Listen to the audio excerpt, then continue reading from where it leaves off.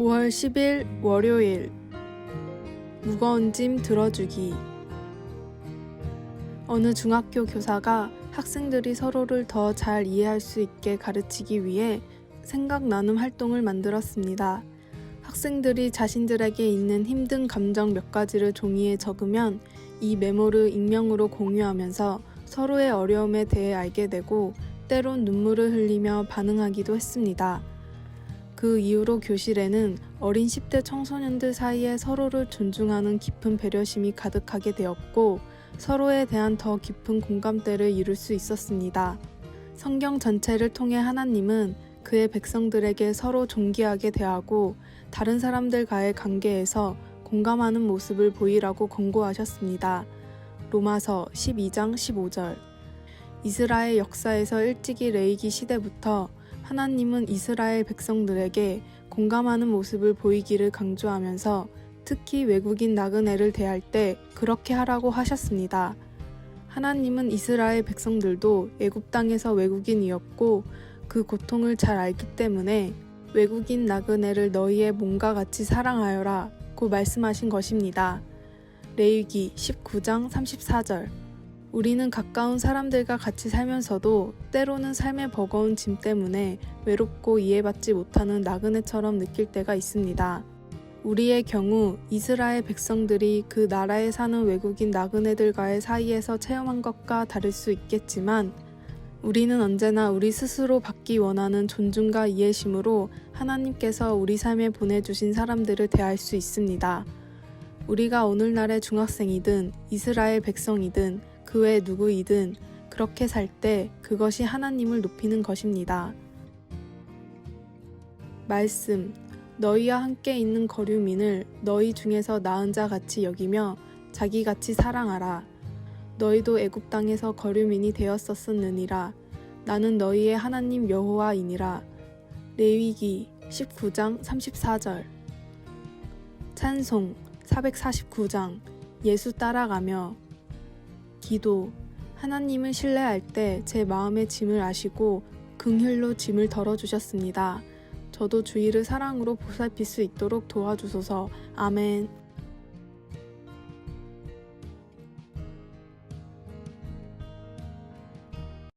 (5월 11일) 화요일. 3가지 조건. 철학자 칸트는 다음의 3가지 조건을 가진 사람은 행복한 사람이라고 말했습니다. 첫째, 할 일이 있는 사람. 둘째, 사랑하는 사람이 있는 사람. 셋째, 희망이 있는 사람. 만약 지금 할 일이 있고 사랑하는 사람이 곁에 있으며 미래에 대한 소망이 있다면 그 사람은 누구나 행복한 사람입니다. 톨스토이의 단편 사람은 무엇으로 사는가에는 다음의 3가지 질문이 나옵니다. 첫째, 사람의 마음속에 있는 것은?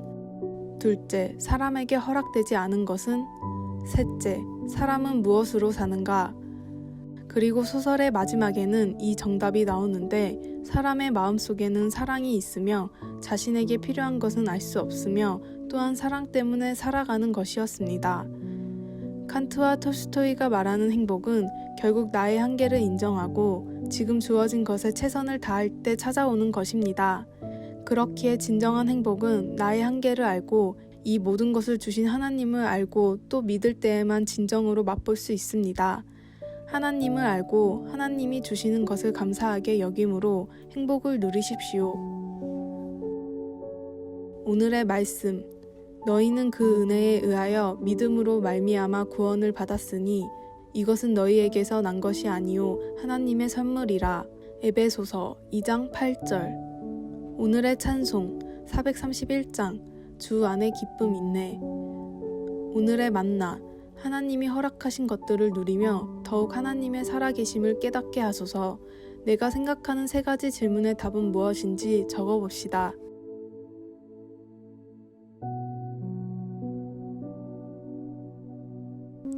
(5월 12일) 수요일. 일하시는 하나님. 일하시는 하나님을 최근에 어떻게 만나보았니? 라고 친구들에게 물었습니다. 한 친구가 대답했습니다. 매일 아침 성경을 읽을 때 하나님이 일하시는 것을 봐.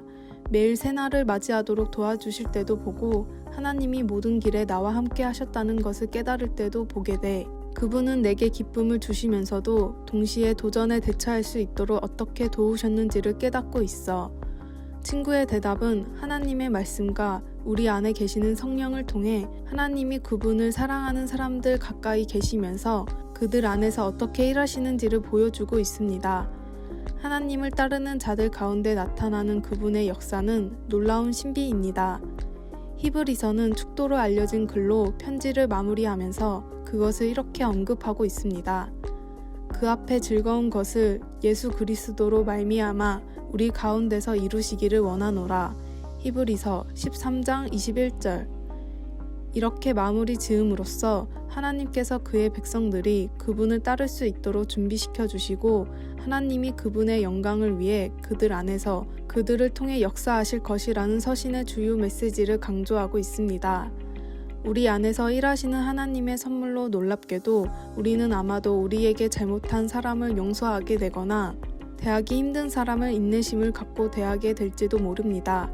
우리의 평강 하나님은 그분의 사랑과 평화를 우리 안에서 그리고 우리를 통해 전파하십니다. 일하시는 하나님을 최근에 어떻게 만나보셨습니까? 말씀. 그 앞에 즐거운 것을 예수 그리스도로 말미암아 우리 가운데서 이루시기를 원하노라. 히브리서 13장 21절. 찬송 516장. 옳은 길 따르라 의의 길을. 기도. 주님의 영광을 위해 주님의 일을 하도록 저를 준비시키십니다. 오늘 제 눈을 열어주셔서 주님을 따르라고 저를 부르시는 것을 깨닫게 해주소서. 아멘.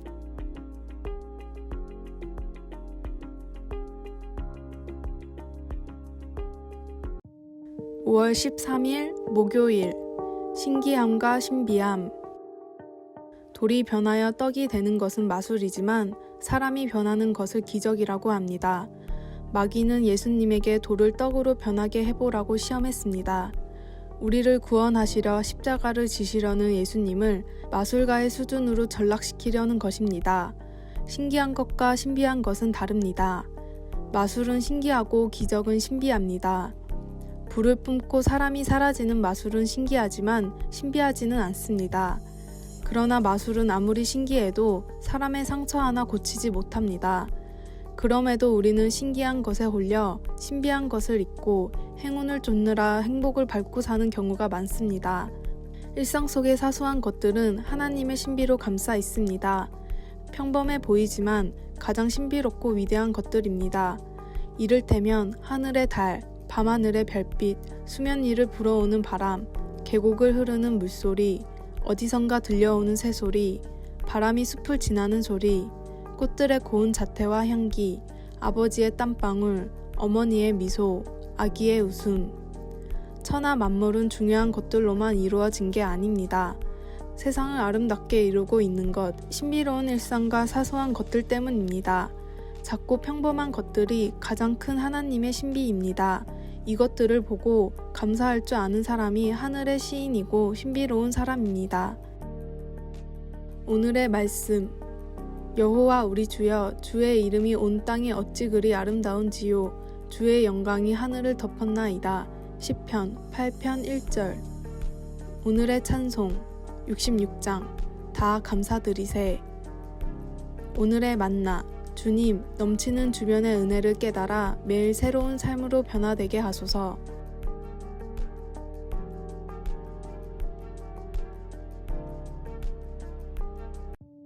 (5월 14일) 금요일. 따라가는 자유. 크로스컨트리 코치가 어느 선수에게 조언을 했습니다. 선두에 서려고 하지 마라. 선두 주자들은 거의 대부분 빨리 지치게 된다. 그 대신에 코치는 가장 빨리 달리는 주자를 바짝부터 따라가라고 제안했습니다. 그들에게 선두를 달리게 하면서 선수는 경주를 잘 마치는 데 필요한 정신적, 육체적 힘을 아낄 수 있었습니다. 선두에 서는 것은 지치는 일일 수 있지만 선두를 따라가는 것은 자유로울 수 있습니다.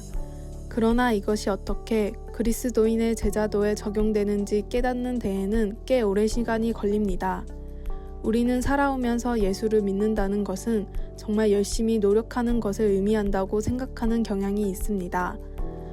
그리스도인이면 이래야 한다고 내 스스로 정한 기대치를 힘들게 추구하다 보니 그저 주님을 따르는 데서 오는 기쁨과 자유를 무심코 놓칠 수 있습니다. 요한복음 8장 32절, 36절. 그러나 우리는 우리 자신의 삶을 스스로 영위하도록 되어 있지 않았으며 예수님도 자기 개발 프로그램을 시작하지 않으셨습니다. 예수님은 그 대신 주님을 찾음으로 우리가 갈망하는 쉼을 얻을 것이라고 약속하셨습니다. 마태복음 11장 25절에서 28절. 성경이나 정교한 일련의 규범들을 철저히 공부할 것을 강조하는 다른 많은 종교 지도자들과 달리 예수님은 단순히 주님을 알므로써 하나님을 알게 된다고 가르치셨습니다.